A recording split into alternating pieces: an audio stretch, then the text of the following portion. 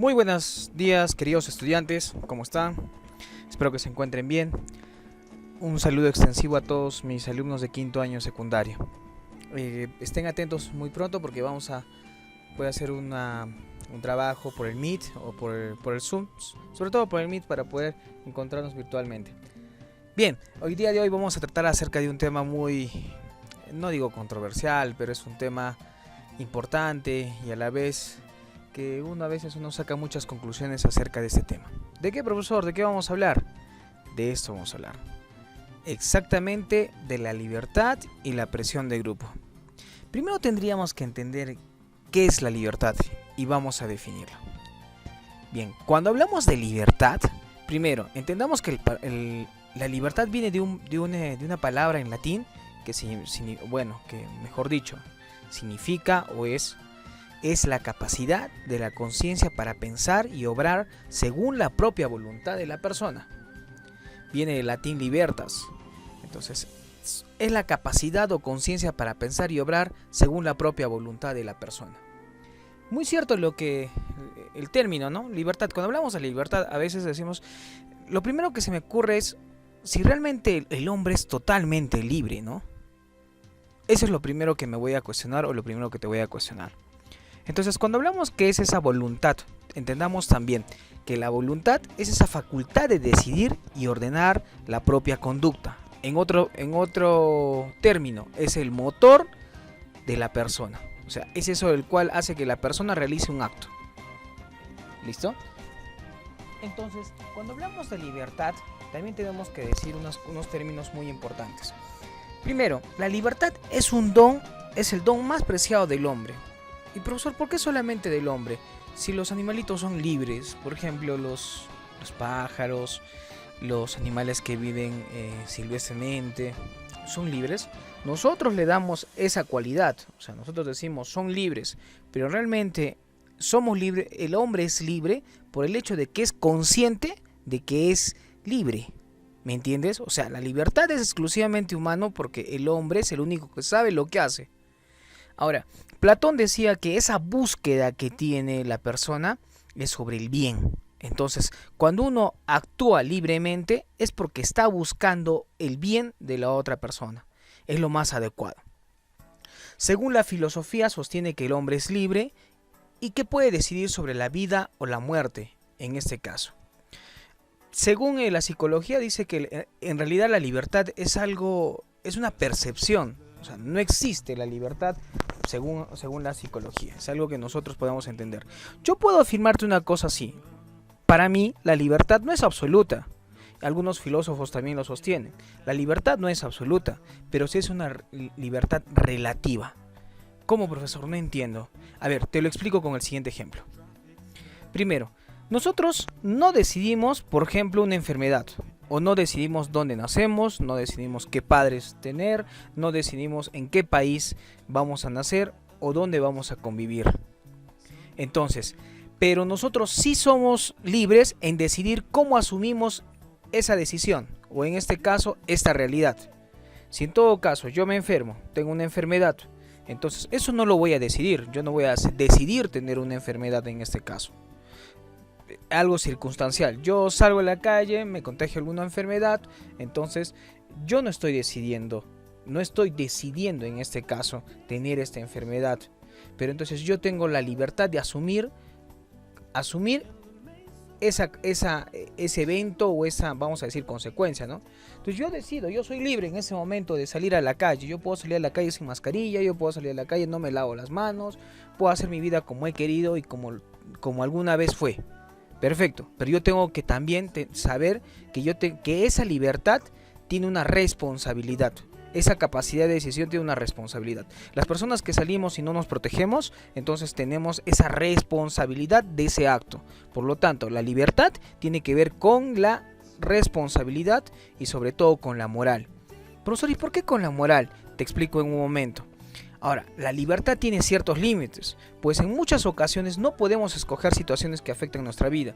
Te puse un ejemplo, por ejemplo, yo no escojo dónde nacer, no escojo dónde vivir, mejor dicho, no escoge dónde voy a nacer, en qué momento me voy a enfermar y en qué tiempo voy a nacer. Entonces esa libertad es relativa, ¿me entiendes? Ahora yo voy a ser libre una vez que mi conciencia o yo esté consciente del acto que voy a hacer.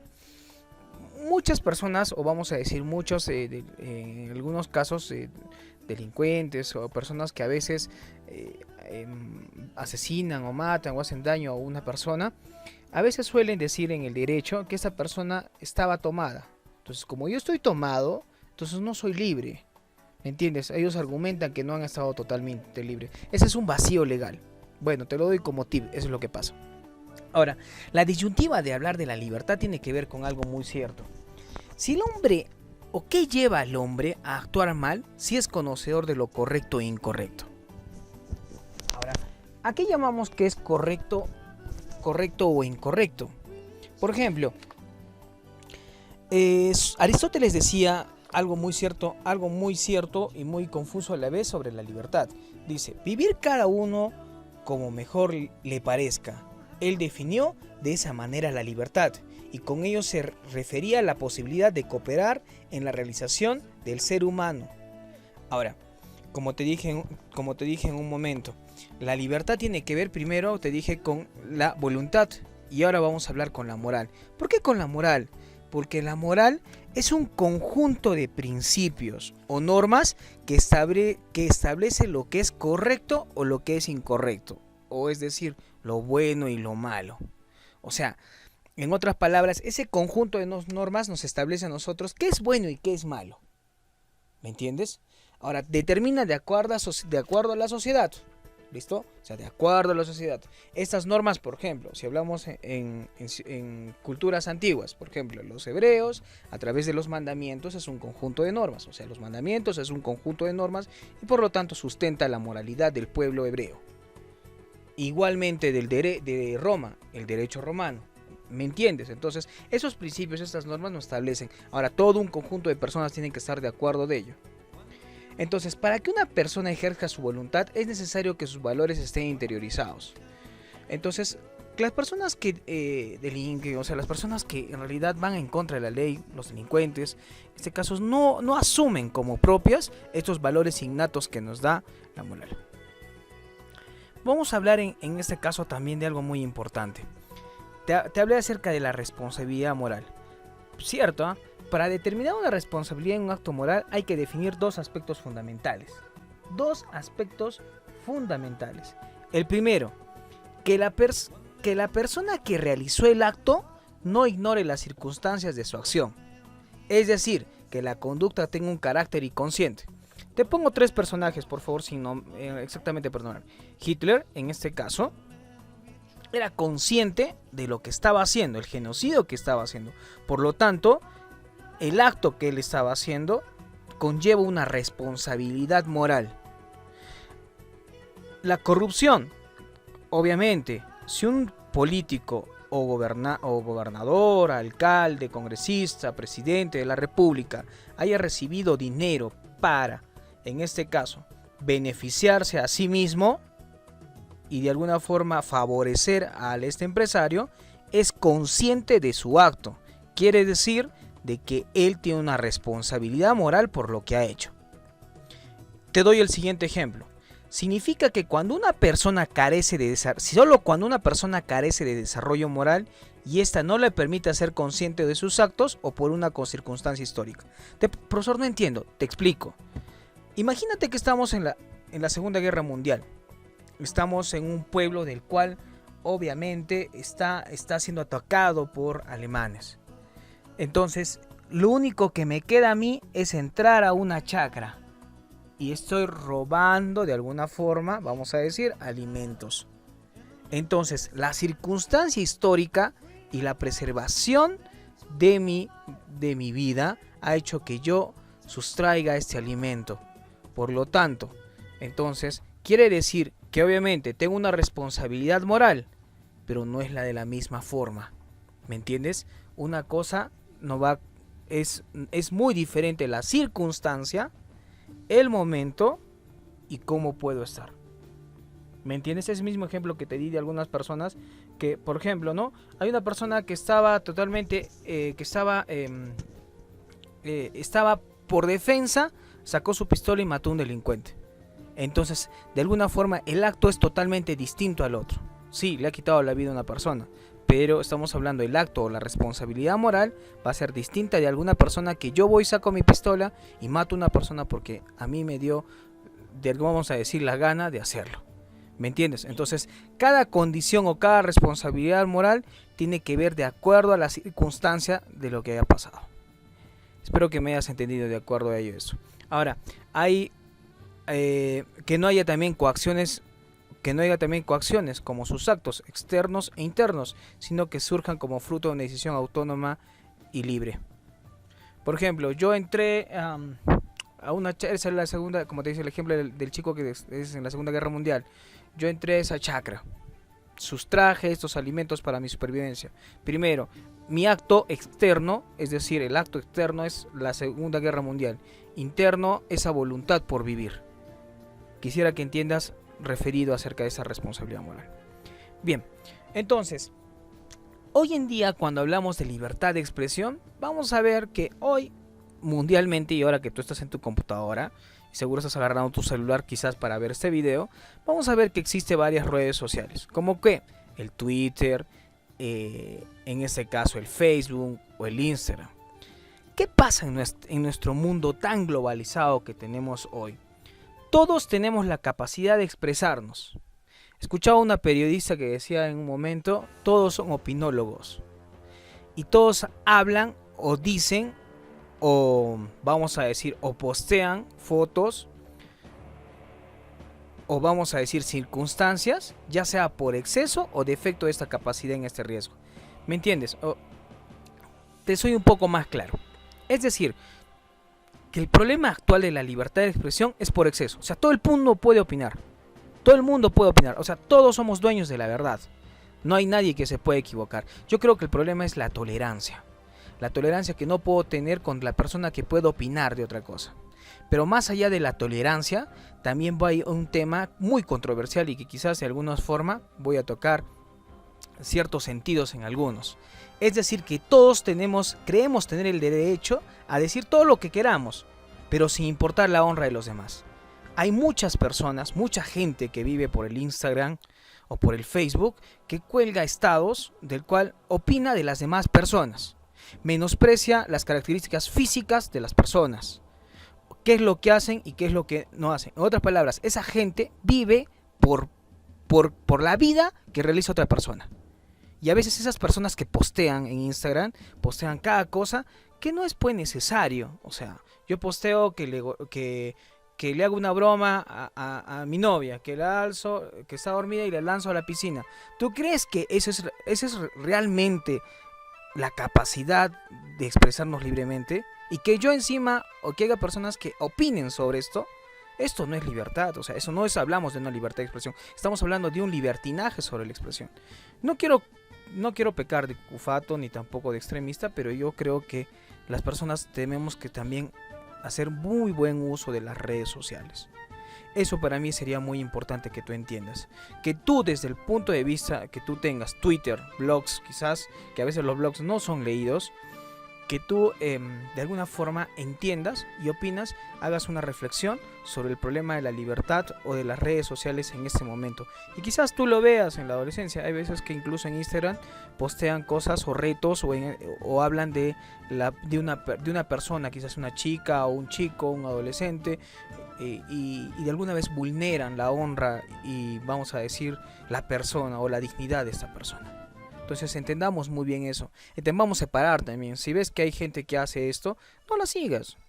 Al contrario, cuanto menos seguidores tenga, vas a hacer que esa persona supuestamente pública o periodista deje de opinar o deje de hacer este tipo de expresión.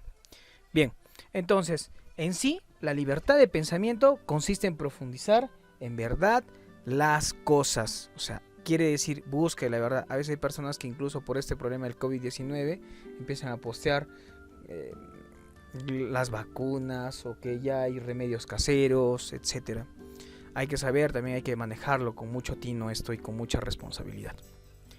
Bien, ahora vamos a hablar del grupo y la presión, mejor dicho, los grupos y la presión de grupo. Primero quiero que entiendas que el hombre siempre ha vivido en sociedad. O sea, cuando aparece el hombre a la faz de la tierra, se reúne con los otros mismos de su especie para poder sobrevivir, para cazar, recolectar o en este caso trasladarse. O sea, era nómada, no era sedentario. Entonces es importante que el hombre ha vivido siempre en sociedad o en comunidad, se comunica. Es por eso que nosotros nos es tan difícil la cuarentena, pero sería creo que más difícil si no habría celulares. Porque ahora tú tienes celular y puedes llamar a alguien, puedes llamar a tu familia, puedes llamar a tus amigos, puedes verlos a través de una videollamada. Igualmente a tus profesores, muy pronto, lo prometo que muy pronto los voy a ver virtualmente a todos ustedes. Entonces quiere decir que las personas vivimos en comunidad. Entonces esa experimentación de pertenecer a un grupo nos da una gran satisfacción. O sea, si yo pertenezco a un grupo me da una satisfacción. Ejemplo, ya, yo puedo ser hincha, yo soy hincha del Melgar. ¿Listo? Si yo soy hincha del Melgar es porque pertenezco, me siento arraigado a estos dos colores, negro y rojo. Por lo tanto, cada vez que este equipo meta un gol, entonces yo me voy a sentir bien, me voy a sentir muy bien. Entonces, esa experimentación de pertenecer a un grupo nos da una satisfacción de pertenecer. Ahora, es mal llevada cuando, por ejemplo, las barras bravas. Para el adolescente tiene las siguientes características. Primero, el adolescente quiere pertenecer a un grupo, pero el adolescente va a mimetizar. ¿Qué es mimetizar? Copiar un patrón de un grupo. Puede ser positivo o negativo. Es bueno cuando es positivo, por ejemplo, grupos parroquiales, grupos de líderes, grupos de Boy Scouts, etc. O quizás incluso clubes de fútbol, deportivos, hablamos. Entonces, pero cuando el grupo no ayuda a los adolescentes, al contrario, es un grupo que te enseña a tomar, te enseña a fumar, te enseña a consumir drogas. Entonces el adolescente es presionado por el grupo a actuar de esa manera. Entonces si tú no haces lo que los demás hacen, entonces eres un tonto. Al contrario, o sea, eres un tonto. Porque tú tienes que actuar como ellos. Es lo contrario, amigo. Tú eres libre. O sea, tú tienes que aprender a entender de que lo que es bueno para ti y lo que es incorrecto para ti. Ahora, distorsiona su comportamiento y la falta de autoestima. A veces la falta de autoestima lleva a ¿qué? A buscar a ser valorado, a identificarse. Es por eso que los muchachos, por ejemplo, a veces que son muy jóvenes, delincuentes, hasta asesinos, de 14, 15, 16 años, o incluso ladrones o rateros, en este caso es porque ellos han querido ser aceptados por ese grupo. Quizás algún familiar, quizás el vecino o el barrio son delincuentes y por lo tanto él quiere ser aceptado por ese conjunto y gana cierto respeto por el hecho de haber cometido este acto. Espero que me hayas entendido respecto a esto. Ahora, ¿cómo afronto la presión de grupo? Hay una palabra que me hace recordar algo muy cierto que lo vi en una película que se llama El secreto de sus ojos. Dice, y es argentina la película, dijo Francella lo siguiente, que es bueno, el personaje de Guillermo Francella. Un tipo puede cambiar de todo, de cara, de casa, de familia, de novia, y de religión y hasta de Dios. Pero hay una cosa que no puede cambiar la pasión, vamos a decir. O en ese caso se refería en la película acerca de cuando una persona cree, o mejor dicho, cree y se siente parte de un grupo. Bien, ¿cómo afrontamos la presión de grupo? Primero, la personalidad firme. Es decir, yo tengo que saber ser asertivo. Tengo que ser capaz de rechazar aquello que es peligroso o contrario a mis principios. Saber decir que también, decir que no. ¿Qué significa? Es cuando yo me planteo situaciones que atenten contra la actividad física y emocional. Entonces yo voy a decir, no, pues no me conviene esto a mí. No me conviene. Entonces, recuerda que los verdaderos amigos no te van a exigir una explicación de tu decisión. Al contrario, te van a apoyar. Escucha tu corazón. Leí en un libro algo muy importante. Una decisión, y también me lo manifestaba una persona, una decisión te va a permitir o te va a hacer sentir bien. Por lo tanto, si no te sientes cómodo con la situación, y te cuesta aceptar lo que está sucediendo, es porque probablemente ello no es correcto para ti. Y es importante relacionarse con personas que te hagan crecer. O sea, es importante que te rodees de gente que te va a sacar lo mejor de ti, no lo peor de ti. Porque los amigos son tu apoyo y un refuerzo a tus propias convicciones. Quien se rodea de buenas personas recibe buena influencia. Muy bien, espero que te hayas estado atento a la explicación. Y vamos a pasar a lo más importante, que son las actividades. Bien, vamos a leer acerca de las actividades para la siguiente clase. Mira, yo sé que has estado leyendo lo del mundo de Sofía, que he visto los trabajos. Muy bien, muchachos. Algunos por ahí me daban la sospecha que buscaron por internet, copiaron las conclusiones. Bueno, los famosos control C, control V y control...